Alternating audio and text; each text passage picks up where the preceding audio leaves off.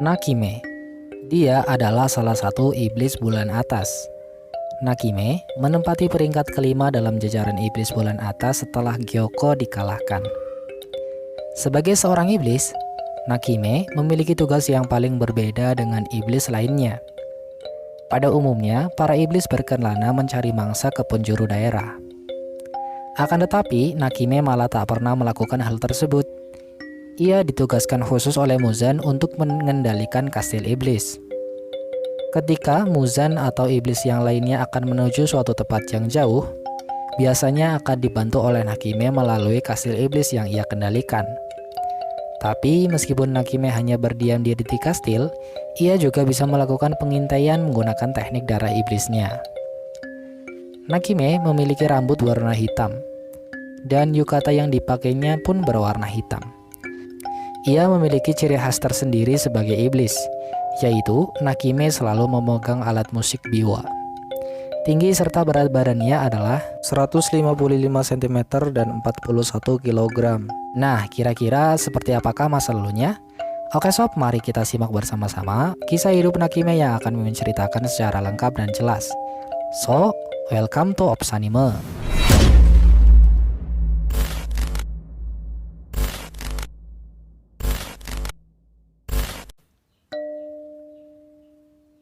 Dahulu, Nakime adalah seorang wanita biasa yang sudah berumah tangga. Nakime bersama suaminya tinggal di rumah sederhana. Namun untuk kebutuhan sehari-hari bisa dibilang tak pernah kekurangan atau selalu cukup. Mereka berdua adalah sebuah pasangan yang selalu bekerja keras bersama-sama demi terciptanya keluarga yang harmonis. Beberapa bulan setelah menikah, kehidupan mereka memang selalu berjalan seperti itu. Akan tetapi, lama-kelamaan sifat asli suaminya keluar. Dulunya yang merupakan seorang pekerja keras, kini telah berubah menjadi seorang penjudi akut. Dan sifatnya pun yang tadinya penyayang, sekarang berubah menjadi keras dan kasar. Ia selalu berjudi setiap hari, mabuk-mabukan, serta selalu pulang larut malam. Bahkan lebih parahnya lagi, demi bisa memuaskan hasrat judinya, ia tak segan-segan mencuri uang hasil kerja keras Nakime, begitu juga dengan tabungan Nakime yang telah lama dikumpulkan. Hal ini membuat Nakime menjadi bingung dan stres. Kini mereka selalu kekurangan makanan, rumahnya pun berantakan, Nakime juga memakai pakaian yang lusuh. Sebab keadaan ekonomi mereka sekarang sedang berada di titik paling rendah, serta suaminya pun tak pernah menghasilkan apapun. Nakime selalu memperoleh penghasilan dari bermain alat musik biwa. Ia meskipun permainannya masih kurang bagus, akan tetapi ia selalu diundang untuk mengisi hiburan di suatu acara. Di suatu malam, Nakime mendapat undangan untuk menampilkan permainan biwanya di acara besar. Nakime pun sangat senang karena mungkin nanti bisa mendapatkan honor yang banyak. Ia langsung bergegas ke kamar untuk bersiap-siap mengenakan pakaian terbaiknya. Tapi sesampainya di kamar, Nakime malah melihat pakaian terbaiknya sedang dipegang oleh suaminya dan hendak dipertaruhkan untuk judi. Karena geram melihat suaminya yang tak kunjung memperbaiki dirinya, dengan emosi yang meluap-luap, Nakime memukul kepala suaminya menggunakan palu. Suami Nakime pun meninggal. Darahnya mengalir deras dan berceceran mengenai baju terbaik yang akan dipakai Nakime. Nakime sangat panik karena waktu pembukaan acaranya sebentar lagi akan dimulai. Dengan baju yang compang-camping, Nakime mengambil biwanya dan berlari sekuat tenaga. Sesampainya di tempat acara berlangsung, sudah waktunya Nakime naik ke panggung untuk memainkan biwanya. Semua orang yang melihat Nakime menggerutu karena penampilan Nakime yang kotor, lusuh, serta berbau keringat. Sambil duduk di atas panggung, Nakime pun gugup. Di kepalanya masih terngiang-ngiang wajah suaminya yang barusan dibunuhnya. Rasa trauma melekat di tubuhnya. Tangannya bergetar dan Nakime memainkan biwanya. Nakime memainkan biwanya dengan tatapan kosong karena masih teringat wajah suaminya. Namun, tiba-tiba ia tersadar dan mendengar teriakan senang dari para penonton. Mereka tidak menyangka bahwa meskipun dengan penampilan biasa-biasa saja, tapi Nakime bisa membawakan permainan biwa yang bagus serta enak didengar. Sebenarnya Nakime juga tak menyadari bahwa permainan biwanya bagus, sebab masih shock dan tangannya gemetaran. Akan tetapi, karena melihat sorakan penonton yang menyukai permainannya, ia pun terus melanjutkannya sampai selesai. Setelah selesai melakukan tugasnya, Nakime turun panggung dan langsung disambut dengan baik oleh manajer panggung.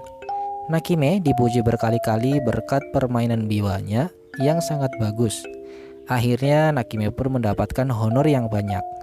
Sesampainya di rumah, ia mengurus jasad suaminya dan membersihkan rumah. Keesokan harinya, Nakime langsung berbelanja untuk membeli gaun baru yang akan dipakai khusus ketika ia tampil di acara tertentu. Saking senangnya karena mendapatkan honor yang banyak, membuat Nakime menjadi lupa diri atas kesalahan yang telah ia lakukan. Semenjak Nakime tampil di acara tersebut dan mendapatkan respon positif dari banyak orang, Nakime sering diundang di berbagai acara besar untuk menghibur para penonton. Per minggunya, Nakime bisa diundang sampai dengan 4 kali berturut-turut di setiap malam. Kini, Nakime menjadi janda yang kaya, dan rumahnya pun mewah. Setiap hari, makanannya lezat, layaknya makanan putri kerajaan. Pakaiannya pun harganya juga mahal-mahal. Namun, sayangnya, kekayaannya ini didapatkan dari cara yang kotor. Karena setiap kali sebelum Nakime akan tampil di panggung, ia selalu mencari seseorang untuk dibunuh seperti saat pertama kali Nakime membunuh suaminya. Entah mengapa, permainan biwa yang dibawakan oleh Nakime selalu bagus ketika ia membunuh seseorang sebelum tampil di panggung. Sehingga Nakime selalu melakukan hal tersebut ketika mendapat undangan untuk tampil.